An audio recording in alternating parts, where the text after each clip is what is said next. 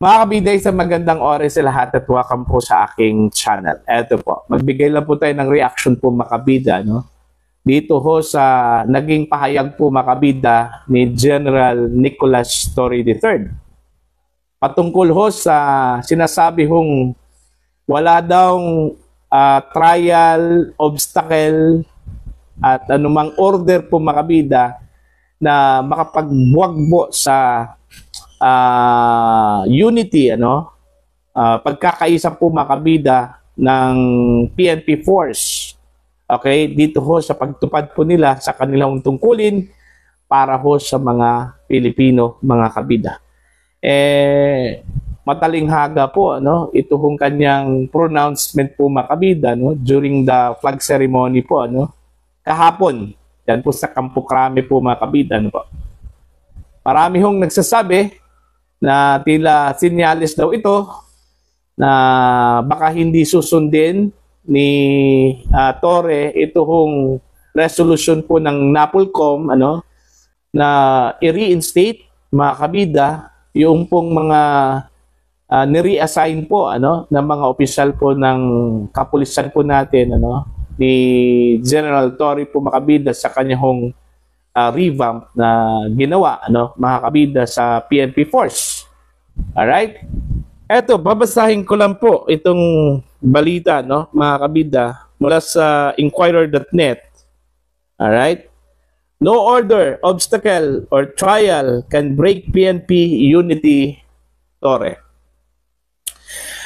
No order, obstacle, or even a trial can break the unity of the police force, according to Philippine National Police Chief General Nicolas Torre III. Torre made the pronouncement days after the National Police Commission on NAPOLCOM ordered him to recall his reassignment of some police officials, though he did not directly mention the directive in his speech during the flag ceremony at Camp Crame on Monday. Ito yung sinabi po ni General Torre po mga kabida. The PNP is united. No order, no obstacle, and no challenge can destroy our unity and our commitment to the nation, Torre said. As we salute our flag today, let us remember that our service is not for ourselves, but for the Filipino people, he said. On August 14, NAPOLCOM issued Resolution number 2025-0531, instructing the PNP to reinstate Lieutenant General Jose Milencio Nartates Jr. as the Deputy Chief for Administration, and Lieutenant General Bernard Banac as the Area Police Command APC Western Mindanao Commander. The directive would reverse an August 6 order from Torre appointing Nartates as the APC Western Mindanao Commander and Banac as Deputy Chief for Administration, the PNP's second highest position. In response, 18 chief of PNP regional offices expressed support to Torre in a manifesto obtained by Inquirer.net. Ito yung sinabi po ng mga police officers po mga kabida, regional officers po, We affirm our commitment to uphold the chain of command, respect the single line of authority, and obey all lawful orders of our superiors in the faithful discharge of our sworn duties and responsibilities as members of the PNP, the manifesto said.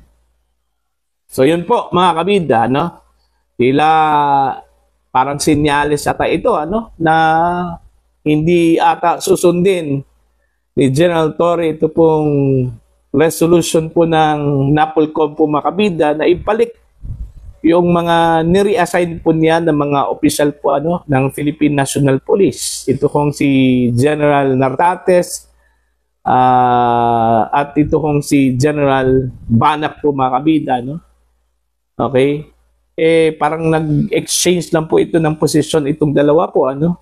Maraming nagsabi na itong nangyari daw mga kabida kay General Nartates ay parang demotion daw ito, ano.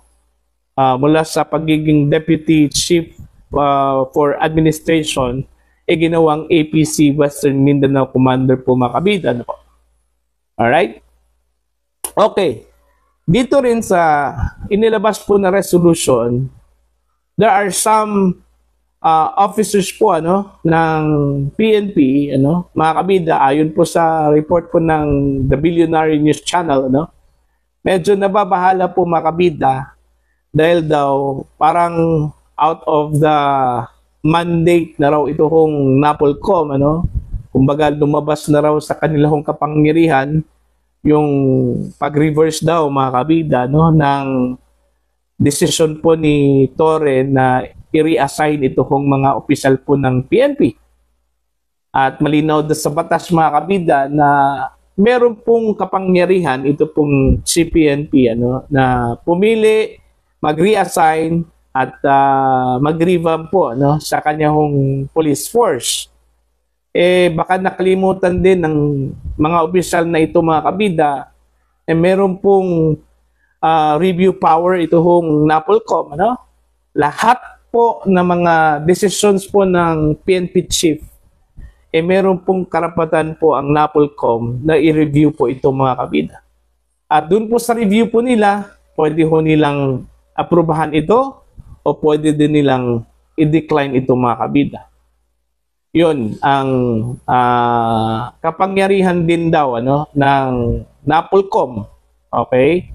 Kaya nga yung ginawa po nila, na dinecline po nila ito hong utos po ni Torre na revamp mga kabida at inutusan ang PNP na ibalik muna ito hong mga opisyal po na apektado ho sa revamp. Tila wait and see po tayo dito kung susundin ba ito mga kabida ni Torre, ano? Kasi medyo meaningful, makahulugan yung kanyang pronouncement po, ano? Mantakin nyo yung pronouncement po niya mga kabida, ano? No order. Okay? Ito yung sinabi.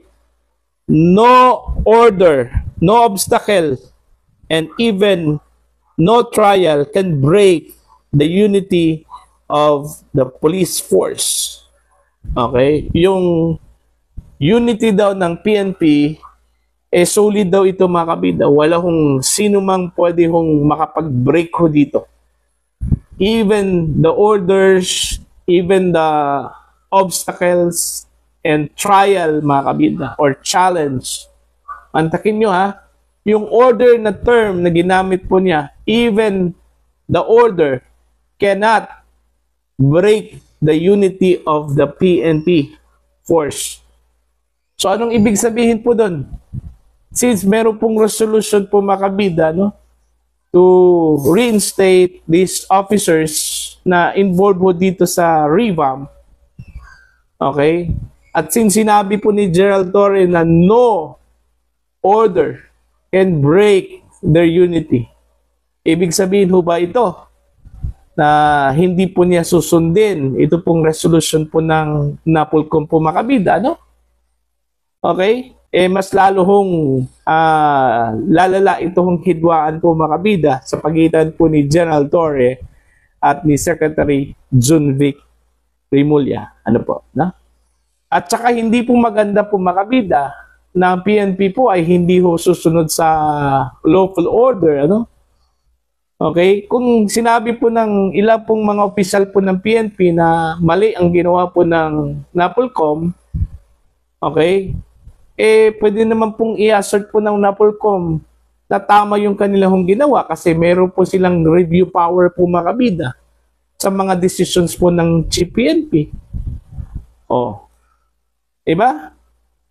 Actually, hindi po maganda, no, na nagbabangayan po ito. Dapat mag-partner po ito Ito hong NAPOLCOM at saka ito hong PNP chief, ano, mga kabida, si Secretary Rimulya at si Gerald Torre, ano po.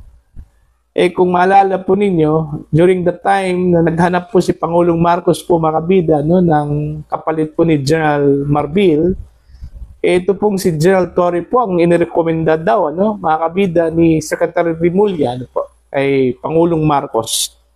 Kasi proven naman daw yung kanyang ginawa po mga kabida, yung kanyang track record. Alright? At two of these accomplishments ano ni General Torre po mga kabida, ito hong paghuli po niya no kay Pastor Apollo C. Quiboloy ng KOJC ano po, no? At ito pong paghuli po niya kay dating Pangulong Rodrigo Roa Duterte na siyang naging dahilan para magiging darling of the press po itong si General Torre daw, mga kabida, according to Mr. Ramon Tulfo. Kaya, dahil ho dito, lumaki na raw ang ulo po mga kabida, no, ni General Torre, sabi po ni Tulfo. At dahil ho sa lumaki na po yung ulo, nakalimutan na raw niya mga kabida, no, na meron pa pala siyang mas nakakataas po sa kanya, no? May boss pa pala siya. Ito hong mga commissioners po ano ng National Police Commission. Kabilang na po dyan, ito hong si Vice Chairman Jun Vic Rimulya po makabida ng Department of Interior and Local Government. So hindi po magandang at hindi po healthy ano kung nagbabangayan ito hong mga top officials po ano ng PNP at saka ng DILG or NAPOLCOM ano mga kabida. Kasi kung tutuusin po, under supervision po ng NAPOLCOM, ano? Ito pong Philippine National Police. Kahit nasabihin po ng ilang mga kritiko po makabida na ang NAPOLCOM ay isang policy making body lang po, ano? Oo nga policy making body. Sila yung nagagawa po ng alituntunin po na dapat sundin po makabida, no? Ng police force o Philippine National Police, ano, mga kabida. Kaya nga kung sa tingin ho ng NAPOLCOM na mali ang ginawa po ng PNP, parang checks and balance lang kasi yan mga kabida. No? Kumbaga, kung sa tingin po ng NAPOLCOM na mali ang ginawa po ng PNP chief, okay, ito po, ang NAPOLCOM po ang umayos po dito mga kabida. No? Whether aaprubahan ba or i-decline po nila mga kabida yung mga decisions po ng Chief PNP. Alright? So, abangan na lang po natin sa susunod na mga araw kung ano po yung mangyayari po dito sa resolution po ng NAPOLCOM po makabida. Kung susundin ba ito ni General Nicolas Torre III o suswayin ba niya ito mga kabida. Yan ang aabangan po natin. Para po sa inyong opinion at pananaw, please comment down. Sa mga hindi pa po subscribers sa aking channel, please subscribe. Just click the subscribe button, click the notification bell, click all para updated po kayo mga kabida sa aking mga uploads. Maraming salamat po sa inyong lahat.